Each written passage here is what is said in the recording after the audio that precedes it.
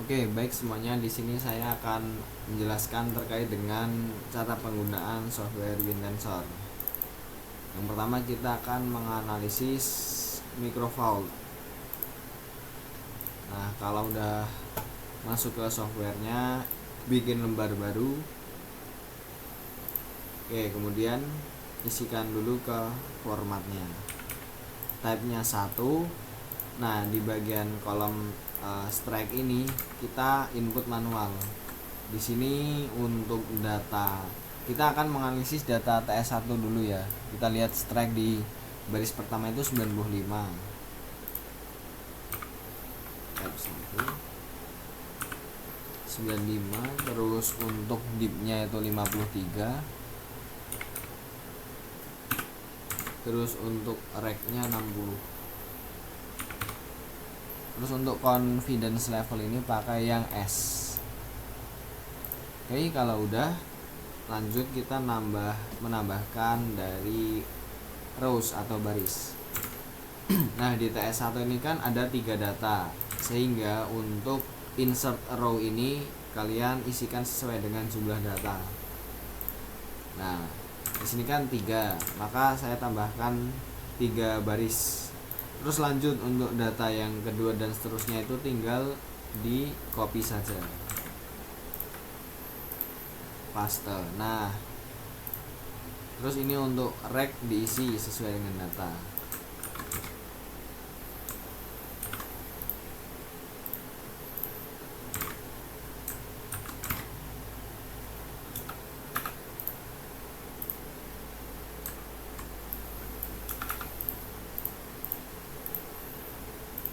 Nah, sudah. Terus untuk data untuk baris keempat ini, untuk strike dip maupun rec-nya diisi 0 aja. Terus kita ke processing, klik no. Nah, kalau udah muncul kita lanjut ke analisis datanya. Di sini kita pilih yang R dihedron. Oke, seperti yang sudah dijelaskan kemarin waktu praktikum, sebelum kita mengeliminasi data, kita setting dulu di bagian set minor index. Kalian klik data, set minor index, terus kita pilih 1. Nah, perlu diperhatikan, kan kita akan mengeliminasi data yang 1.0 yang dicentang ini. Nah, untuk set minor index harusnya dia ada di bawahnya yang akan kita eliminasi. Misalkan yang dieliminasi 1.0, maka yang set minor index akan terplot di 1.1. Jadi warna merah itu warna set minor indexnya. Kalau udah gini berarti udah benar, karena set minor indexnya ada di bawah data yang ingin kita eliminasi. Terus lanjut kita akan mengeliminasi data counting deviation. Di sini masih ada di atas 30, maka kita harus eliminasi datanya. Kita klik next. Nah, kalau sudah di bawah 30 ini berarti itu datanya udah cukup.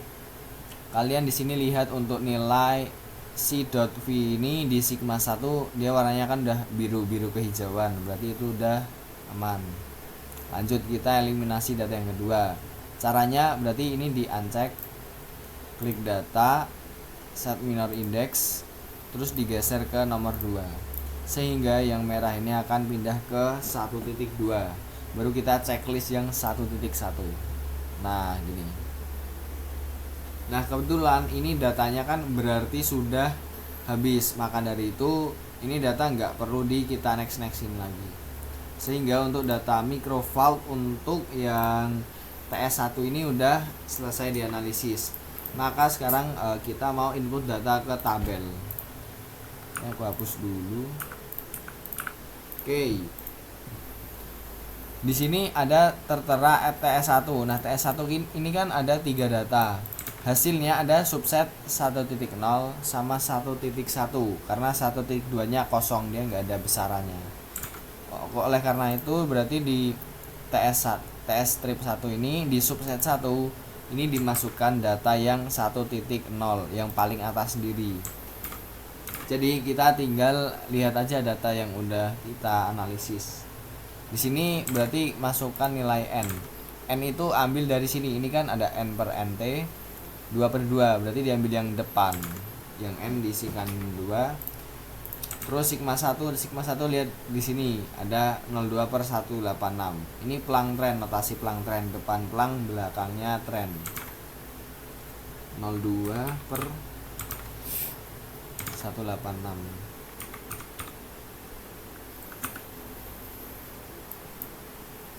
Terus sigma 2 nya 03276.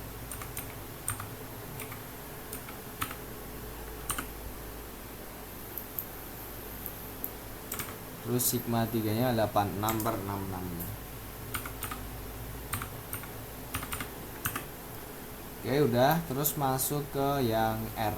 R ini dilihat di tabel rek dihedron metodenya. Di sini R-nya ada 0.75. Jadi diisi 0,75. Terus R aksen, lihat di sini ada 2,43. Diisi 2,43. Oke, kemudian stress regime. Stress regime ini berarti kita lihat di sini. Nah, bagian ini terus kita cocokkan dengan klasifikasinya Delphaux. Nah, ini kan ada banyak jenis-jenis dari stress regime. Nah, bentuk yang ini dia mendekati dengan bentuk yang sebentar. Nah,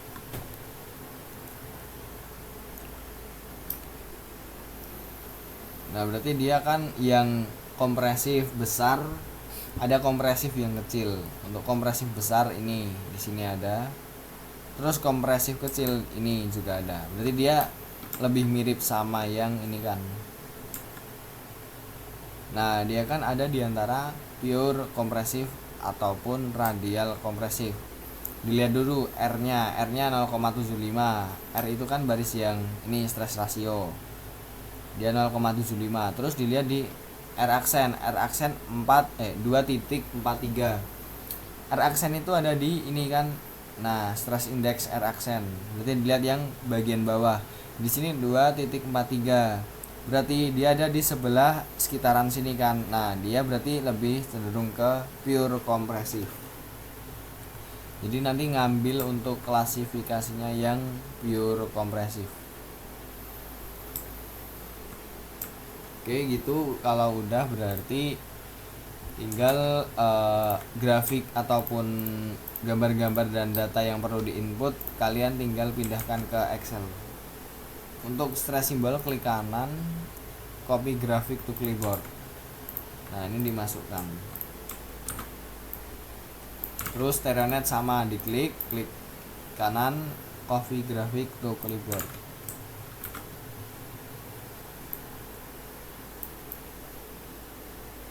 Sama ada data result. Nah, data resultnya itu bagian rek dihedron method yang ini. Nah, ini ada result, tinggal kalian screenshot. Nah, ini untuk result sampai sini. Nah, kalau udah tinggal di input. Nah,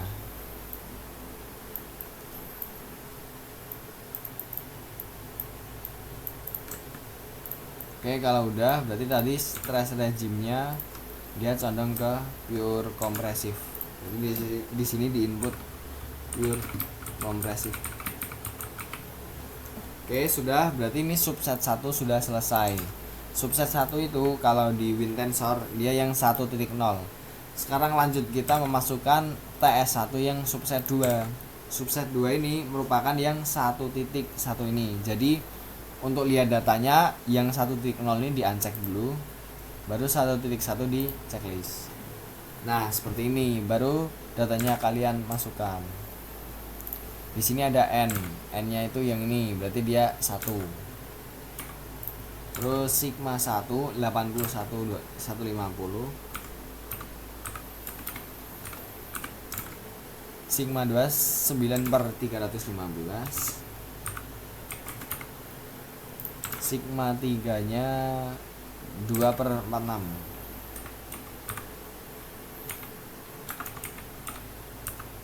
Oke, terus R aksennya, R biasanya 0, R aksennya 0,5. Oke, terus kita lihat di stress simbol ini. Nah, untuk stress simbol ini kan panahnya keluar semua. Nah, keluar semua berarti yang ini dia. Dan untuk R-nya ini kan 0, berarti sesuai sama ini, R-nya dia 0. Di sini 0.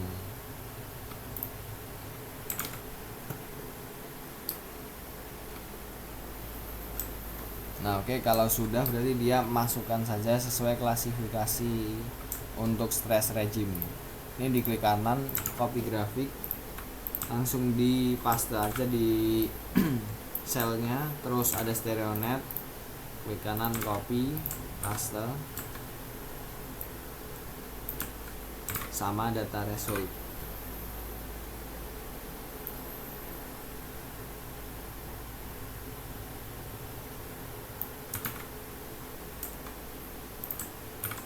Nah,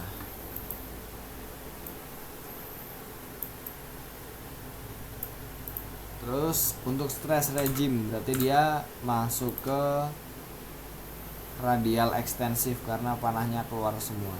Radial ekstensif. Berarti di sini dimasukkan radial ekstensif.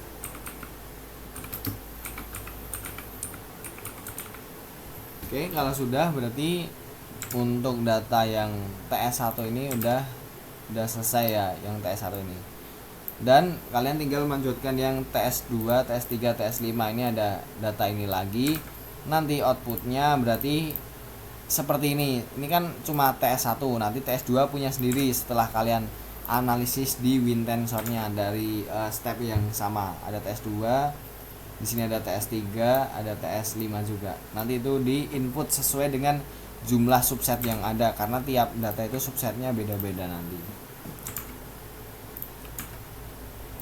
Oke, kalau udah, sekarang berarti kita lanjut ke yang data fracture. Nah, ini data fracture.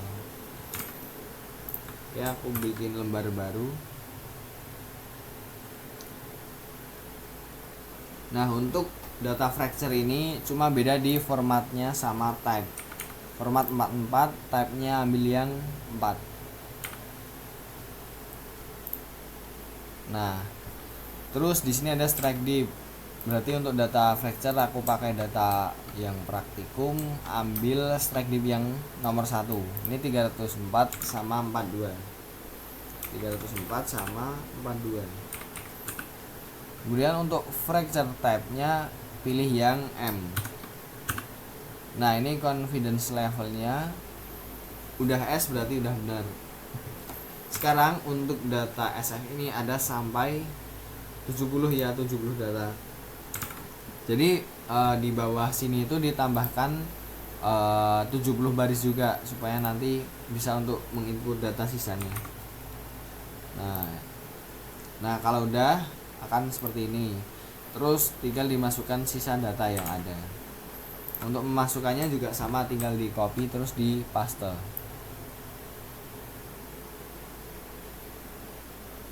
Nah, di copy kemudian di paste. Pastenya klik kanan, jangan di Ctrl V. Oke, udah muncul. Terus kita tarik sampai baris paling bawah. Nah, di sini masih ada sisa kosong kan. Ini di input 0 semuanya. Udah. Berarti kalau udah gini udah cukup, tinggal diklik processing. Oke, sekarang kita udah masuk ke lembar processing worksheetnya. Nah, sebelum itu seperti biasa kita kan akan mengeliminasi data. Karena ini datanya cukup banyak, ada 70. Sedangkan tadi yang data microvolt itu cuma ada 3. Nah, stepnya juga sama. Kalian set minor index dulu, dijadikan 1. Nah, kalau yang warna merah ini udah di bawah yang di checklist atau yang ingin kita eliminasi, berarti udah tinggal lakukan processing data. Di sini untuk counting deviation masih di atas 30. Jadi kita klik next aja. Klik next terus, next terus, next terus, masih next. Nah, kalau udah gini berarti udah bener karena ini batas angka 30 itu ada di sebelah sini, dia kan udah di bawah, berarti udah aman untuk data yang 1.0. Kalau udah kita next untuk mengeliminasi data yang 1.1. Jadi yang ini di unselect checklist dulu, terus di set minor index, turunin ke nomor 2, baru di checklist. Nah, dia akan muncul seperti ini. Ini kan counting deviation masih di bawah 30. Kita klik next saja. Klik next sampai di bawah 30. Nah, ini udah di bawah 30 nih. Untuk nilai CV-nya itu sigma satunya udah warnanya biru ini. Berarti udah aman. Kalau udah aman, kita lanjut ke subset yang selanjutnya. Ini di unchecklist, di data, terus di set minor index, turunin lagi ke 3, di OK, terus checklist data yang mau kita eliminasi yang 1.2. Ini counting deviation masih di atas 30. Kita klik next. Next lagi, next lagi, next lagi, next lagi, next lagi, next lagi, lagi. Nah, sampai di bawah 30. Berarti ini udah aman. Lanjut, kita akan mengeliminasi data yang selanjutnya. Ini di unchecklist. Terus kita ke set minor index, di OK, terus dipilih yang 1.3. Nah, ini masih ada di atas 30 nih. Berarti kita harus next lagi sampai di bawah 30.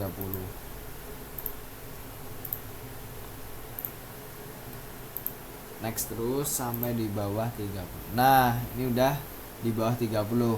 Lanjut, ini masih ada sisa data, berarti kita masih bisa mengeliminasi data yang selanjutnya. Kita klik set minor index lagi, turunin ke 5. Di unchecklist, di checklist. Nah, kalau udah, kita klik next. Klik next lagi. Masih di atas 30, next lagi. Nah, sampai di bawah 30. Kalau udah gini, kita pindah subset lagi ke uncheck, data, set minor index, turunin lagi ke 6. Di OK, terus ini di checklist. Kalau udah, ini kan masih ada di atas 30, kita klik next. Next. Nah, sampai di bawah 30 ini udah aman. Lanjut, kita untuk pindah subset lagi. Klik set minor index, pindahkan ke 7. Di unchecklist, di checklist. Nah, ini masih bisa di next lagi. Di next lagi.